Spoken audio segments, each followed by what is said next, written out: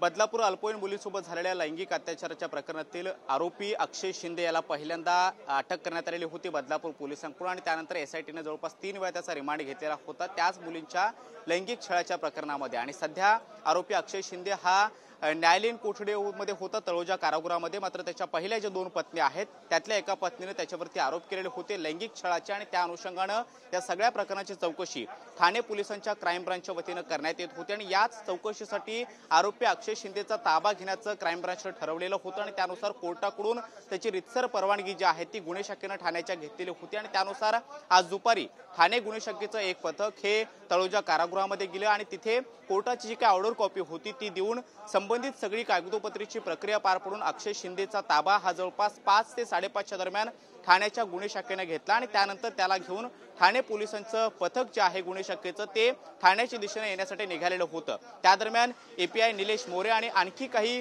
Police कर्मचारी गुन्हे शाखेचं त्या गाडीमध्ये होते आणि आरोपी अक्षय शिंदे त्यांच्या बाजूला बसलेला होता।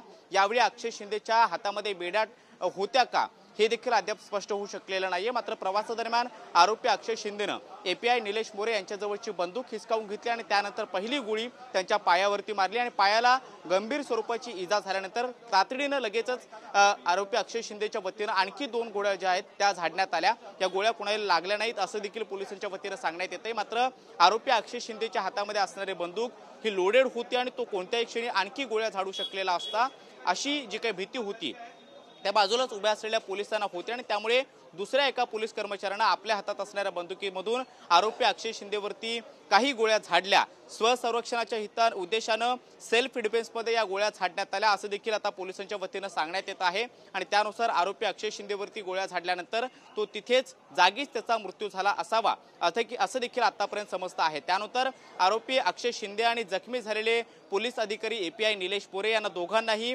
उपचारासाठी म्हणून कळव्याच्या छत्रपती शिवाजी महाराज रुग्णालयामध्ये आणण्यात आलेलं होतं। तिथे पोलिसांनी आरोपी अक्षय शिंदेच्या तपासण्या केल्या आणि तिथे त्याचा मृत्यू झाला असावा आणि हे अधिकृत घोषणा अद्याप तरी होणं बाकी आहे। मात्र आरोपी अक्षय शिंदेचा या गोळीबारामध्ये मृत्यू झाला आहे हे जवळपास स्पष्ट झालेलं आहे कारण त्याचे 2 फोटो आतापर्यंत समोर आलेले आहेत। ज्या फोटोमध्ये तो रक्तबंबाळ अवस्थेमध्ये निश्चित पडलेला पाहायला मिळतोय त्याचे ज्या पद्धतीचे फोटो समोर आले त्यानुसार आरोपी अक्षय शिंदेचा या गोळीबारामध्ये जागीच मृत्यू झाला असावा असं देखील तर्क जो आहे तो काढला जातोय। एपीआय निलेश मोरे यांच्या पायाला गोळी लागलेली होती आणि त्यानुसार त्यांना पहिल्यांदा कळवा रुग्णालयामध्ये आणण्यात आला आणि इथे प्राथमिक उपचार करण्यात आले आणि पुढील उपचारासाठी त्यांना ज्युपिटर रुग्णालयामध्ये आता नेण्यात आलेला आहे। मात्र सध्या आपण पाहतोय की आरोपी अक्षय शिंदेचा मृतदेह हा कळवा रुग्णालयामध्येच आहे। अधिकृत त्याच्या मृत्यूची घोषणा ही थोड्याच वेळामध्ये हॉस्पिटल प्रशासनाच्या वतीनं किंवा पोलिसांच्या वतीनं केली जाऊ शकते। मात्र या सगळ्यामध्ये घटनाक्रम अत्यंत महत्त्वाचा आहे। तो घटनाक्रम आपण जर समजून घेण्याचा प्रयत्न केला तर 5:30च्या दरम्यान ठाणे गुन्हे शाखेचं पथक हे तळोजा कारागृहामधून आरोपी अक्षय शिंदेला घेऊन निघालेलं होतं। ते ठाण्याच्या दिशेने येत होता आणि मधल्या प्रवासाच्या दरम्यान हा सगळा प्रकार घडल्याची माहिती सुद्धा आता मिळते आहे।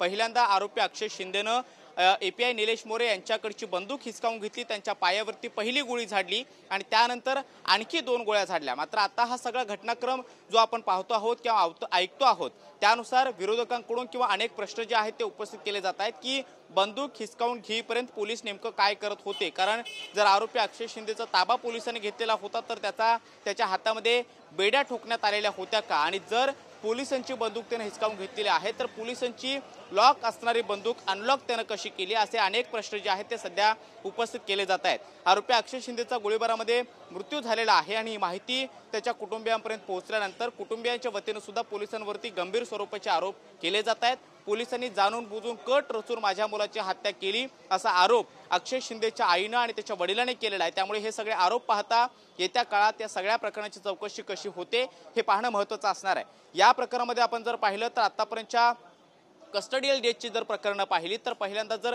पोलीस ठाण्यात लॉकअपमध्ये किंवा पोलिसांच्या ताब्यात असणाऱ्या एखाद्या आरोपीचा जर मृत्यू झाला तर त्या प्रकरणाच्या चौकशीची जबाबदारी किंवा तपासाची चौकशीची जबाबदारी जी आहे ती गुन्हे शाखेकडे वर्ग केली जाते। हे आपोआप होतं कारण पोलीस त्या प्रकरणाचा तपास करू शकत नाहीत। लॉकअपमध्ये एखाद्या आरोपीची जर हत्या झाली किंवा मृत्यू झाला तर त्या सगळ्या प्रकरणाचा तपास हा गुन्हे शाखेकडे वर्ग केला जातो आणि गुन्हे शाखेकडून सगळ्या प्रकरणाचा तपास होतो। मात्र आता ठाणे गुन्हे शाखेच्या ताब्यात असणाऱ्या अक्षय शिंदेचा गोळीबारामध्ये मृत्यू झालेला आहे।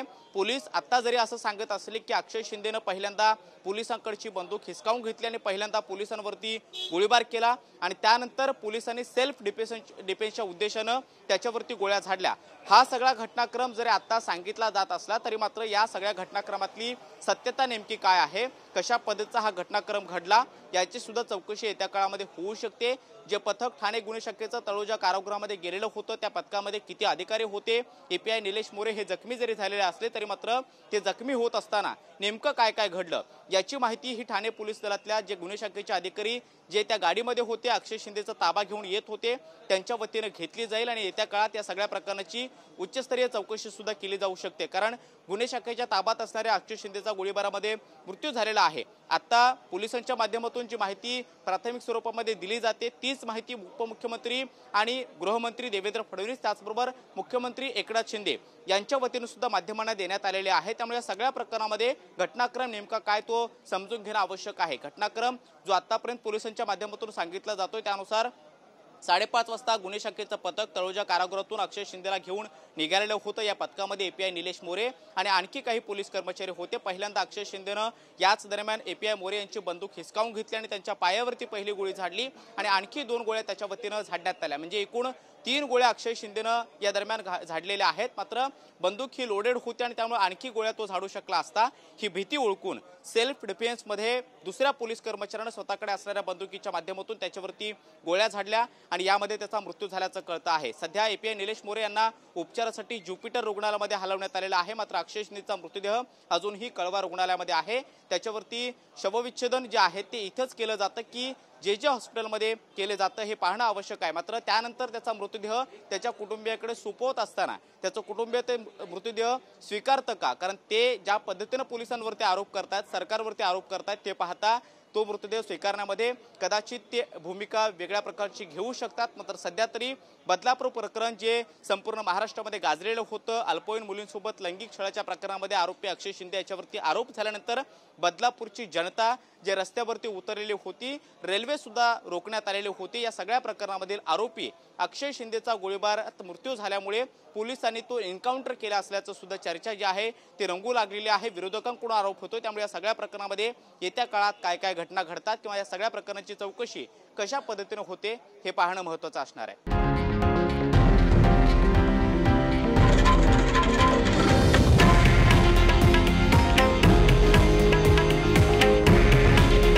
हे आहे देशातील नंबर 1 न्यूज नेटवर्क आणि आपण पाहत आहात TV9 मराठी।